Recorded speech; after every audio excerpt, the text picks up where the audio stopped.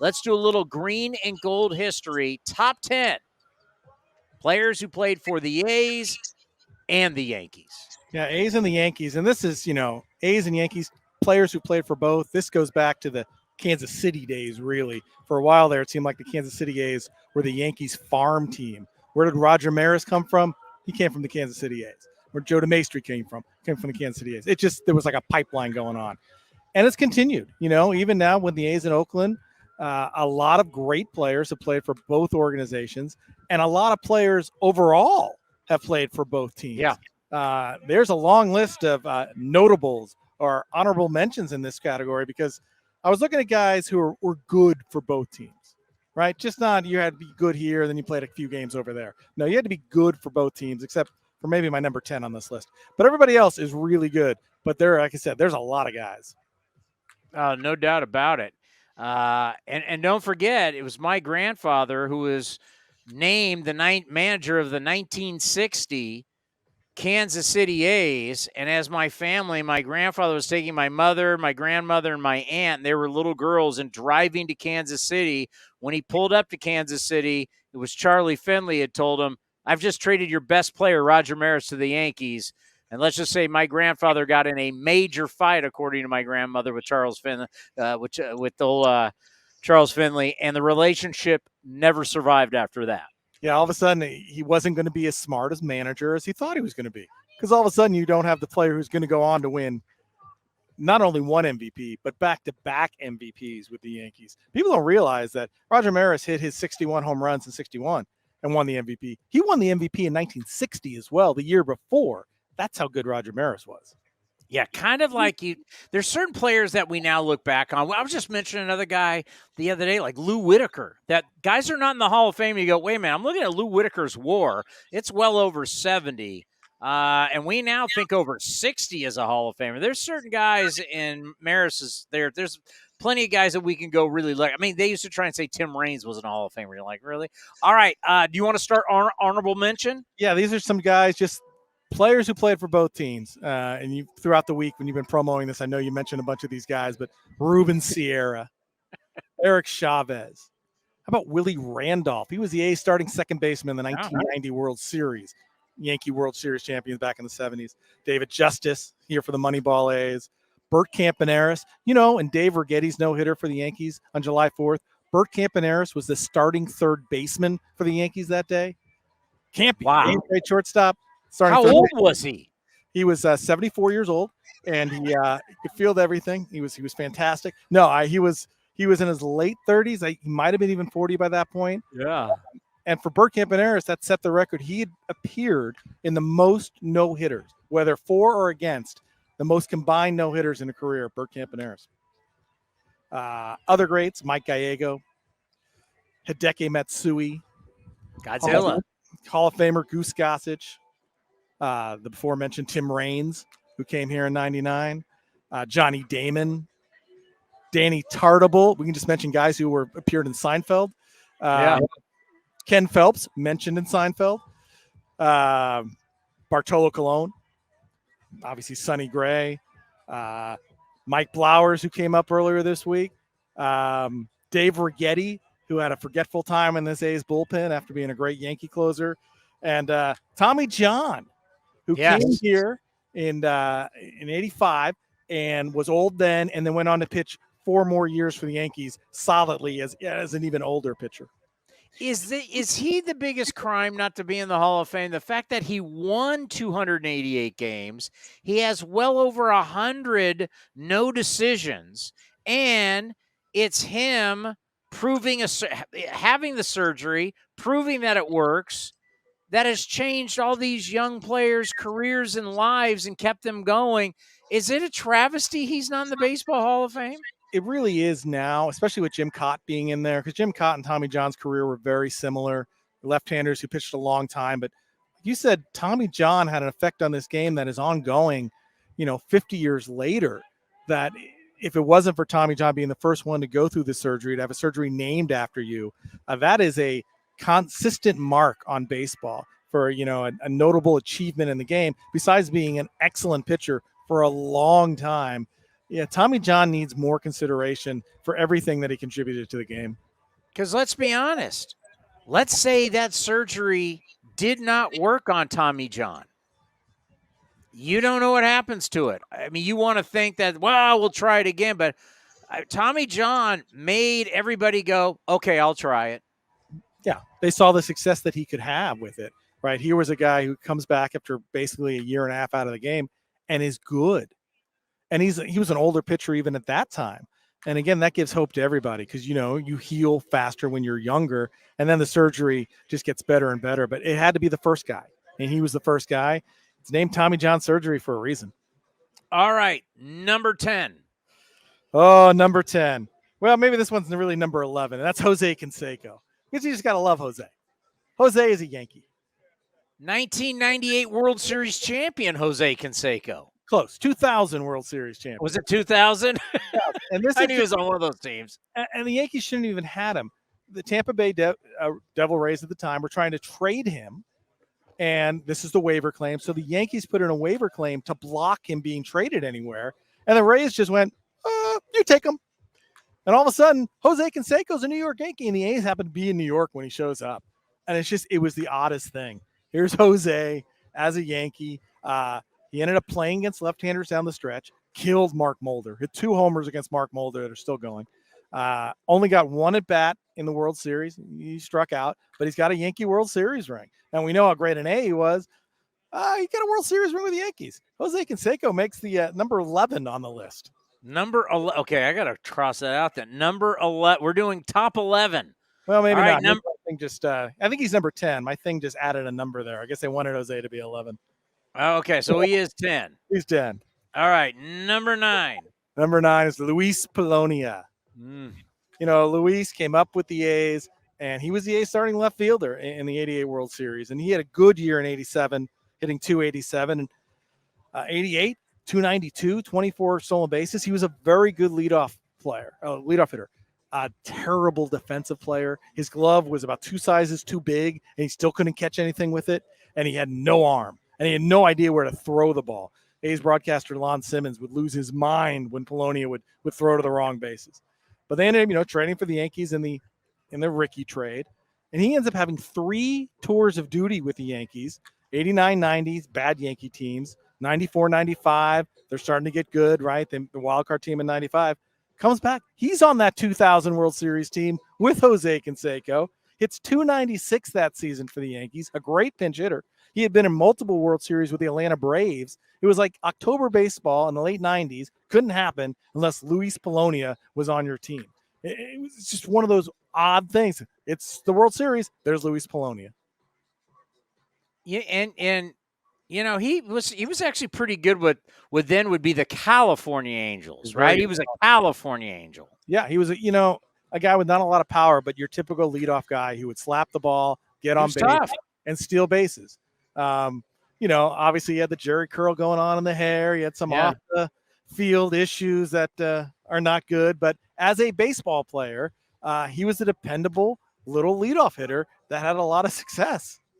All right, Lon Simmons. If Lon Simmons, because I'm watching batting practice right now here in San Francisco, which is right to your left right now. Ruiz is in the cage hitting. If Lon Simmons watched Ruiz play center field, throw to the wrong bases, and take the routes, how do you think Lon Simmons would feel about Ruiz? Yeah, he would. Some of those routes in Toronto, he would not have been a fan of. I know he's still learning out there, and I know they're working on him. They got to find a happy place, whether it's playing in or playing back.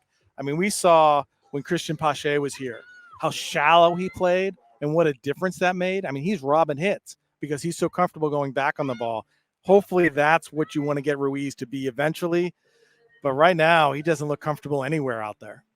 He didn't look forward, coming forward, back, left, or right. And throwing the ball, doesn't always know where to go with it. So it is what it is. All right, number 8. Claudell Washington. I can't talk enough about Claudell. I thought he was such a good baseball player, obviously coming up as a 19-year-old with the A's.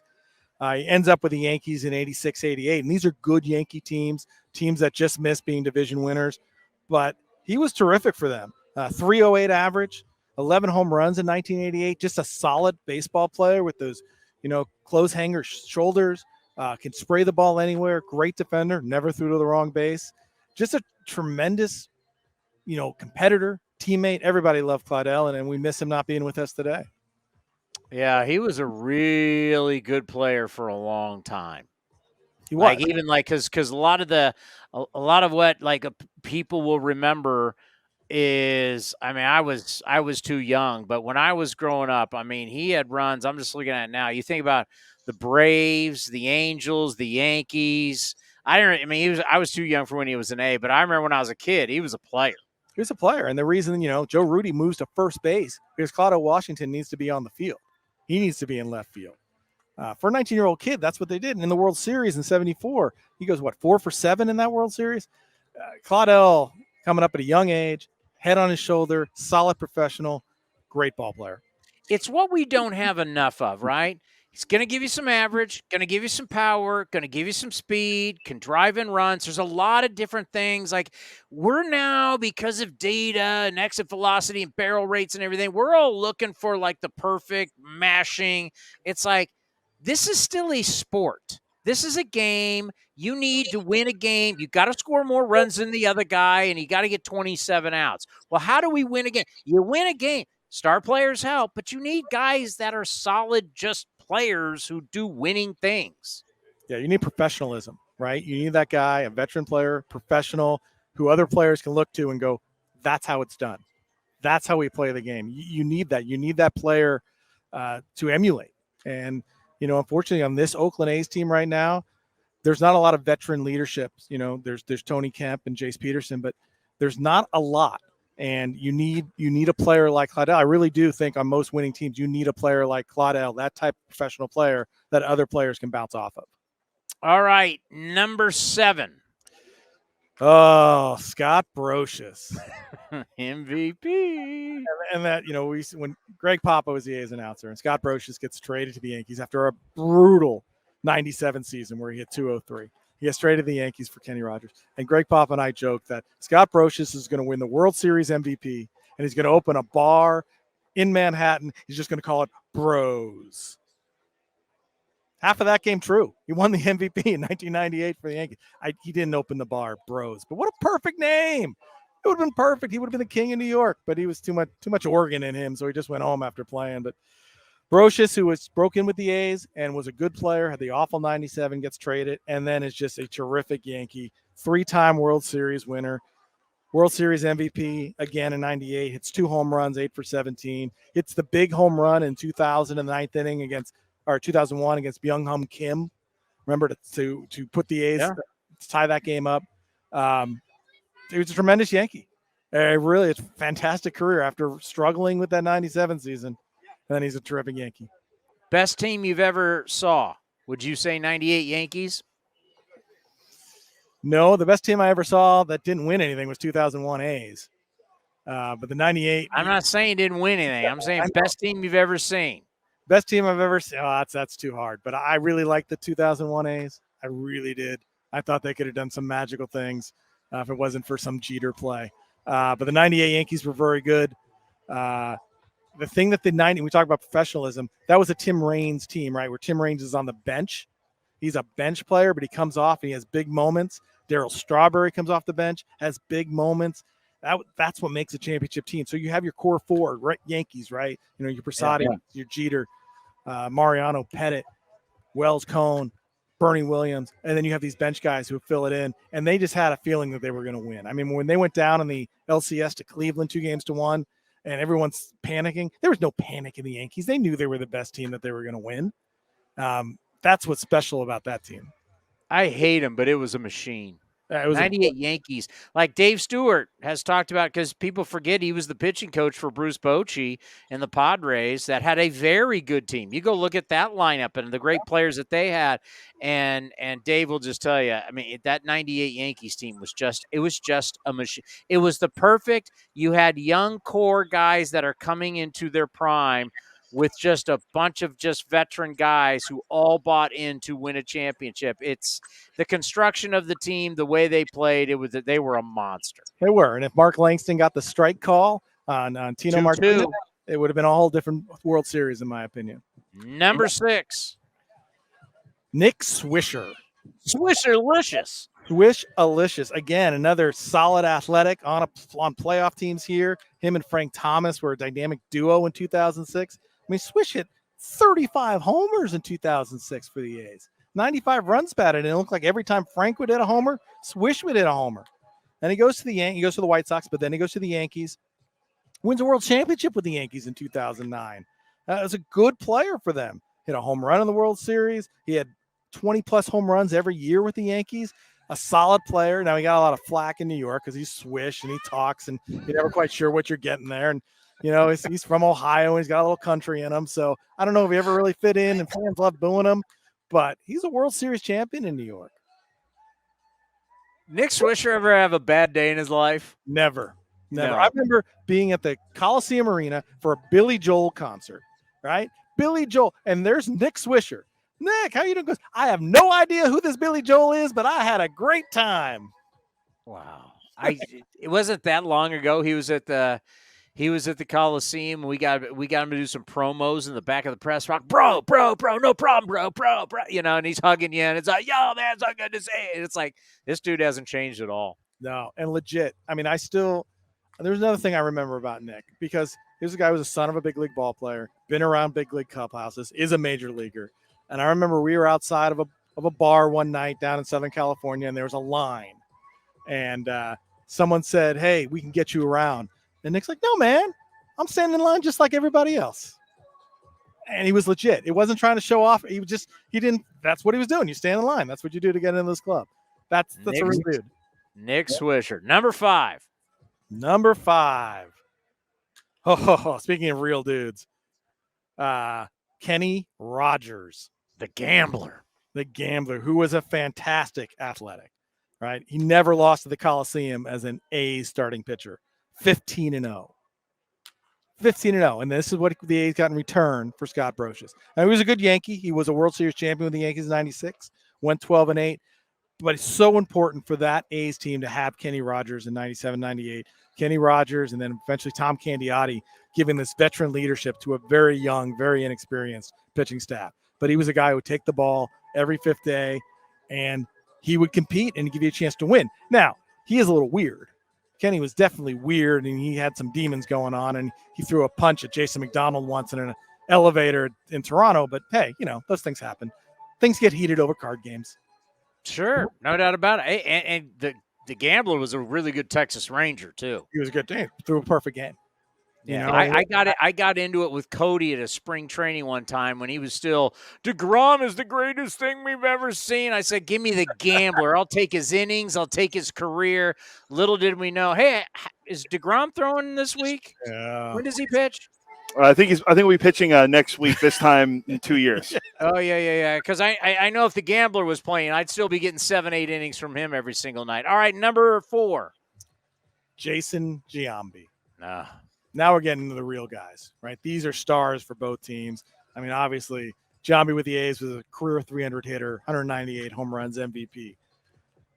He was a really good Yankee. Now, they thought about him being a Hall of Famer going to New York. Yeah, I would say if I went to a diehard Yankee fan, expectations, contract, if I went to a real diehard Yankee fan and I said Jason Giambi, I don't think I'm getting a whole lot of nice things.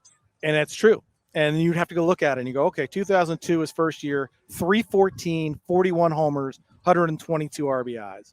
Next year, average drops because now he's got that Yankee Stadium thing. He's trying to pull everything. Still hits 41 homers, but hits 250, drives in over 100. Hit 209 home runs as a Yankee. As you keep going, it keeps going like this. He starts to drop a little bit, and then all of a sudden the health problems hit. 2003, he has to miss a World Series game because he's got the health problems. So he doesn't end on a high note there. But overall, when he was able to be on the field, first 2 years, terrific. Starts to struggle a little bit. Still hits over 200 home runs as a New York Yankee. They're not retiring his number. He's not going to the Hall of Fame. None of that. Solid career, though, as a Yankee. And end up having a great career at the end as being a veteran leader to where we were all talking about, should this guy be looked at as a potential manager someday. And now he's made so much money. He's got his kids. He's in Vegas and all of that. But there was a lot of talk at the end in like Cleveland and Colorado and these different spots. Like, man, Giambi could be a great manager. Yeah, they just wanted him on the team. Terry Francona just wanted him on the team. And in Colorado, they just wanted him on the team. It was amazing to hear these other managers from other teams talk about, we just want him in the clubhouse to be part of this team. He was a pinch hitter, still come up with some big home runs, but such a pro, such a good person. Jason Giambi is for me, of all the players since I've been a grown-up that I've dealt with working with the A's, he is number one in my book for just being a outstanding human being. Number 3, catfish hunter.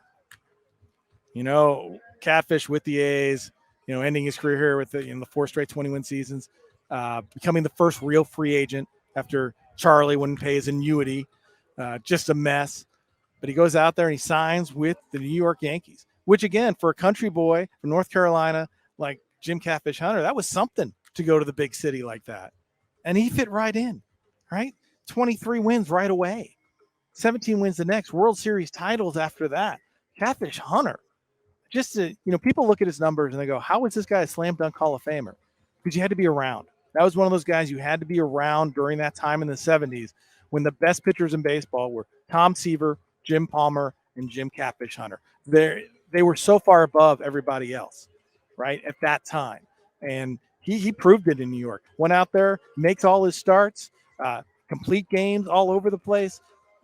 He was the epitome of a 1970s pitcher who's going to make 35 starts and throw close to 300 innings. I am shocked he is not in the top 2. And I know who's going to be in the top 2. And you're going to have to give me because when you talk Catfish, you're talking championships at both teams. Yep. And one of these other guys, I know who I think should be number 1, no question, because I'm going to need more than just stats for this other guy who I know you're going to put on there. So you're talking. I'm going to need more than stats because I know when now, this is where it gets into Chris Townsend's now getting older. And Chris Townsend's really paying attention. And when I was getting older paying attention, Yankees sucked and didn't win anything. They were perennial, never going to the playoffs. So, who's number 2? Number 2 is Ricky Henderson. Thank you. If you went him number 1, I was get me off this computer. Coming through the screen, ring style. No, Ricky, we don't need to talk about his A's career.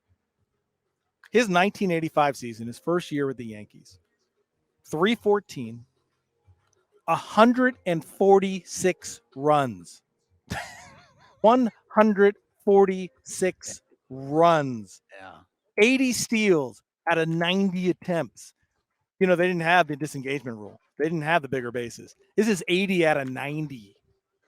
Oh, 24 homers too. Just throw that out there. As your leadoff hitter playing center field for the New York Yankees. Ricky was everything they could have hoped for.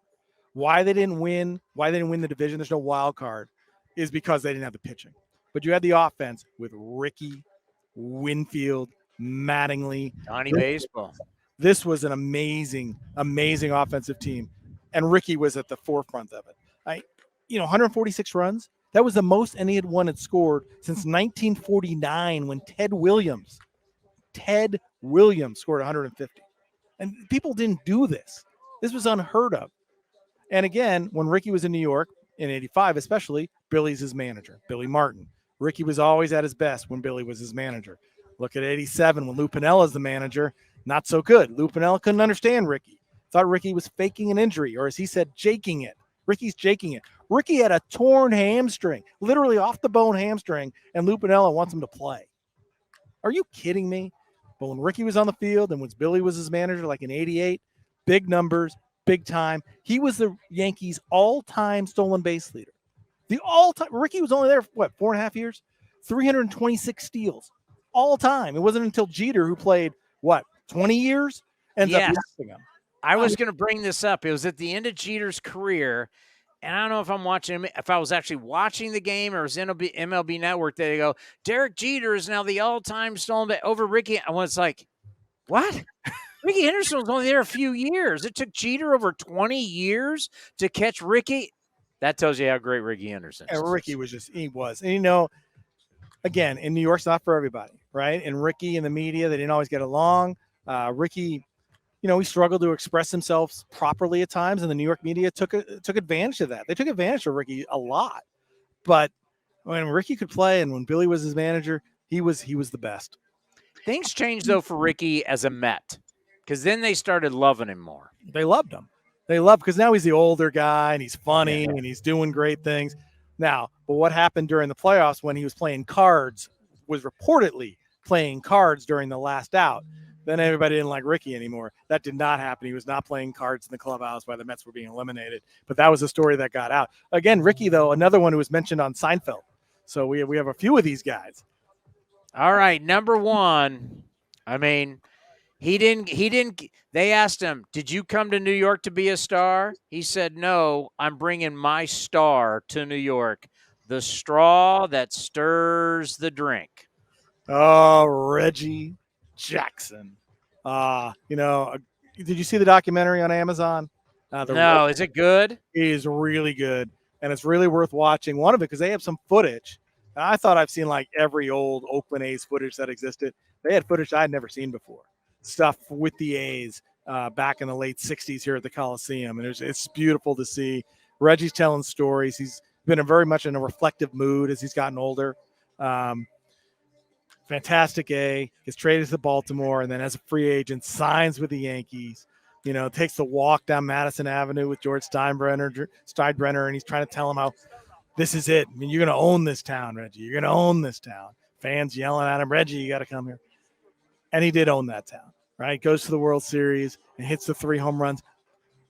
Overcomes the straw that stirs the drink line from Sports Magazine, right? Pissing off Thurman Munson, who was the captain. He's not. I'm the straw that stirs the drink. Or later when they asked about what were you thinking out there, Reggie, and he goes, the magnitude of me. Who even thinks that? But that's awesome. The magnitude. I got to use that. Some of it, we got to figure out how to use that in life. When someone goes, Townsend, it's the magnitude of me. What you thinking, Chris? Yeah. The magnitude. I mean, just the World Series in '77 and '78. Even when he strikes out the dramatic Game 2 against Bob Welch in the '78 World Series, he strikes out swinging with a big swing. The kid strikes him out. People are making poems out about it. And he comes back and hits a home run against Bob Welch in Game 6. It's Reggie. It's just fantastic. He was made for New York. He really was. And you think about his career, 563 home runs, the time with the Angels, coming back to the A's. What a fantastic Hall of Fame baseball player and personality. Just perfect for the times. Perfect for New York. Steinbrenner, Billy Martin, getting in fights in the dugout. There's nobody bigger than Reggie. It was great for baseball. I mean, they made a candy bar after him. He was in movies. He was talked about. I mean, still to this day, everybody remembers him in The Naked Gun. Now, the interesting thing about Reggie, now, obviously, we have guys and gals who are watching this program and who will watch it later on YouTube who are younger than we are. So I always like trying to take that into perspective here because I do not remember Reggie Jackson as an A. I was really little and start to, sports as he was a Yankee, but he was starting to be on his way out. The majority for me, and you think about my age, it was Reggie Jackson was an angel. He was a California angel, right? He had the glasses. He was a DH. He's getting half the gate or whatever his contract was. I mean, he was a star, but you saw the videos. The one thing that I wish I would have saw, because people don't realize that Reggie Jackson was also going to Arizona State to play football, is what a great athlete Reggie Jackson was. I remember the first time I played down at Arizona State at their old field on campus, and you saw the retired, you saw Bando, you saw Bonds and those guys, and you saw Reggie's number retired. You realize Reggie was not only was he a power guy, but, because all we had seen growing up was home runs and strikeouts and thinking strikeouts. Reggie Jackson was when he was playing for the A's, was a phenomenal athlete. He was. And I think you got a taste of that if you ever watched the last out of the '77 World Series when Reggie has to run off the field after Dodgers pop out, and he's knocking the crap out of fans who had charged the field, and you could see his moves. And this is a little bit older Reggie, right? This is 28, 29-year-old Reggie, and he's got these moves that are unbelievable, knocking the crap out of fans. Imagine him on the football field running the ball like that at you. He was tremendous athlete. You're right. When he got to the California Angels, a little older Reggie, not quite as mobile. Still got the Angels to the playoffs in 82, got the Angels to the playoffs in 86, comes back to the A's, and this is what I remember about his 87 with the A's. He wasn't a great player, basically DHing against right-handers, but the A's have a Monday night game, an ABC Monday night game. National TV. This was the only national TV going, right? Reggie's in the lineup. Reggie's slumping. First pitch to Reggie, home run. Because when the lights turn on, Reggie turns on. I mean, he was just built for the biggest stages, and he always came through. Yeah, go to Baseball Reference. You can't find any data that talks about clutch. Well, just follow Reggie Jackson's career. It's big time. Tell me clutch is not your genes. Tell Tiger Woods that. Tell Jack Nicklaus. Tell Michael Jordan. Tell certain people that there's no such thing as clutch. You'll be like, I'm not buying it. Quickly, go back over your top 10 players who played for both the A's and the Yankees. We start with Jose Canseco, just because Jose Canseco is a Yankee. Unbelievable, and a World Series champion at that. Luis Pilonia, number 9. Claudel Washington, number 8. Scott Brocious, who missed the marketing, opened the bar named Bros. You made a fortune in New York. Kenny Rogers, Nick Swisher, Jason Giambi, Catfish Hunter, Ricky Henderson, and Mr. October, Reginald Martinez Jackson. And that is another top 10 for green and gold history. Mr. Feldman, always great to have you on the program. We appreciate it. We'll talk to you soon. Thanks, Downey.